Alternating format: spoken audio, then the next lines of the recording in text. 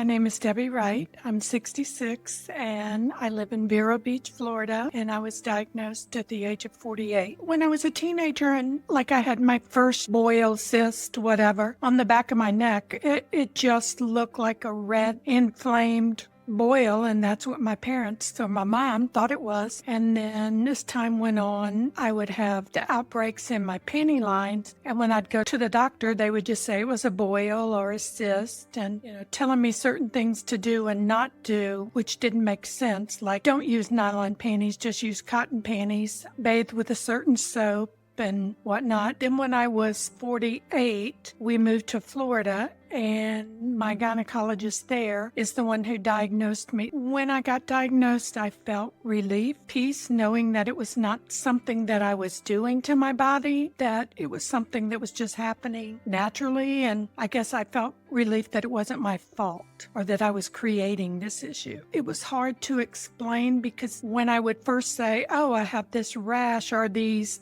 bumps, these cysts that come up in my panty line, people would look at me funny, like maybe I had a sexually transmitted disease. That was always in the back of my mind, that I thought people were thinking that about me. And I knew it wasn't true, but you can't convince someone else what they believe. When I found out what it was, I felt comfortable explaining to people. I had a name that I could tell them, I have this issue or this chronic skin condition, and this is what it does to me. This is how I feel. This is why I cancel sometimes the last minute when I can't do something because I had a flare up and I'm uncomfortable. I can't sit or I can't walk. If someone thinks that they have HS, I would strongly recommend trying to get in with a dermatologist first. They seem to be the most experienced. For female, if not the dermatologist, I would recommend the gynecologist. In my experience, the primary physicians were just not as familiar with it. The main thing I would tell people is to make sure you communicate with your doctor. Don't be shy. Don't be embarrassed. Tell them what you're dealing with. Explain the symptoms in detail and be persistent in searching for answers. Don't just accept the first thing they say. If it doesn't make sense, make sure you